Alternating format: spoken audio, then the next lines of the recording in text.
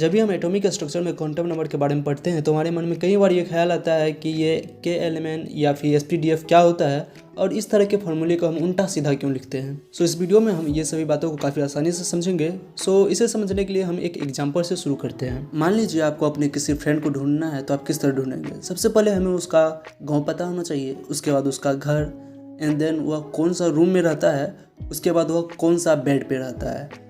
ठीक इसी तरह एटम में भी होता है। जब हम किसी इलेक्ट्रॉन को फाइंड करते हैं तो सबसे पहले हमें उसका सेल पता होना चाहिए, और जिस तरह हर एक ग्रुप का नाम डिफरेंट होता है, ठीक उसी तरह हर एक सेल का नाम डिफरेंट होता है, जिसे हम KLM से डिनोट करते हैं। इसके बाद हम सब सेल फाइंड करते हैं जो कि सेल के अंदर ही होता है और जो कि सेल पे ही डिपेंड करता है।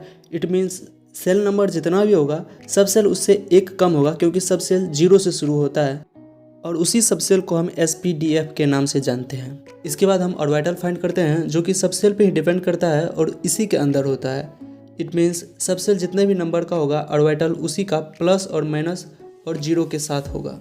इसके बाद हम फाइंड करते हैं उसका स्पिन, जो कि पॉजिटिव या नेगेटिव हो सकता है।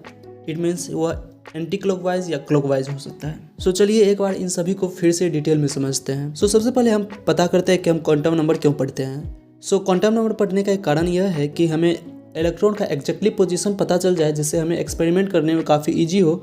इसी कारण हम क्वांटम नंबर की पढ़ाई करते हैं। सो इलेक्ट्रॉन फाइंड करने का हमारे पास 4 स्टेप है। सबसे पहले हम उसका सेल फाइंड करते हैं, जिसे हम प्रिंसिपल क्वांटम नंबर से जानते हैं। एंड देन हम उनका सबसेल फाइंड करते हैं, जिसे हम अजीमुथल क्वांटम नंबर से जानते हैं।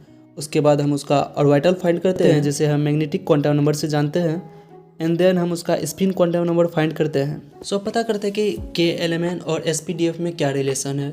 सो KLMN सेल का नाम है और सेल के अंदर ही सब सेल होता है, जिसे हम SPDF से डिनोट करते हैं। हर एक सेल को हम उसके नंबर से डिनोट करते हैं। 1 2 3 से हमें जहाँ तक दिखाना होता है वहाँ तक उसे डिनोट कर सकते हैं। उसके बाद हम उसका सब सेल फाइंड करने के लिए n-1 का फार्मूला यूज़ करते हैं। इट मीन्स हम 0 से लेके सेल नंबर जितना भी है उससे एक कम तक उसे डिनोट करते हैं।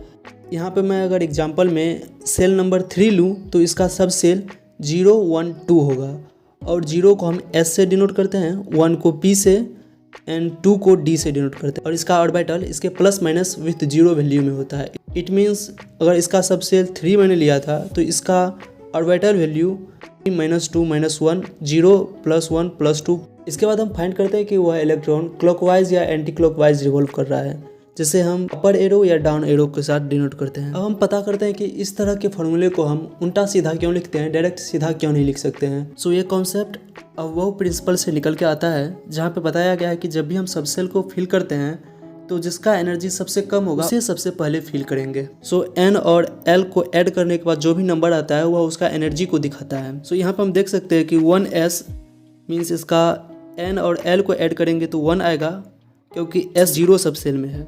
और 2P में अगर हम N + L करेंगे तो N = 2 हो जाता है और इसका सब सेल P = 1 है। इट मीन्स इसका एनर्जी लेवल 3 है। इसी तरह हम इसको इंक्रीजिंग ऑर्डर में अरेंज करते हैं। So thanks for watching this video. कोई भी प्रॉब्लम हो तो आप कमेंट करके बता सकते हैं। Thank you.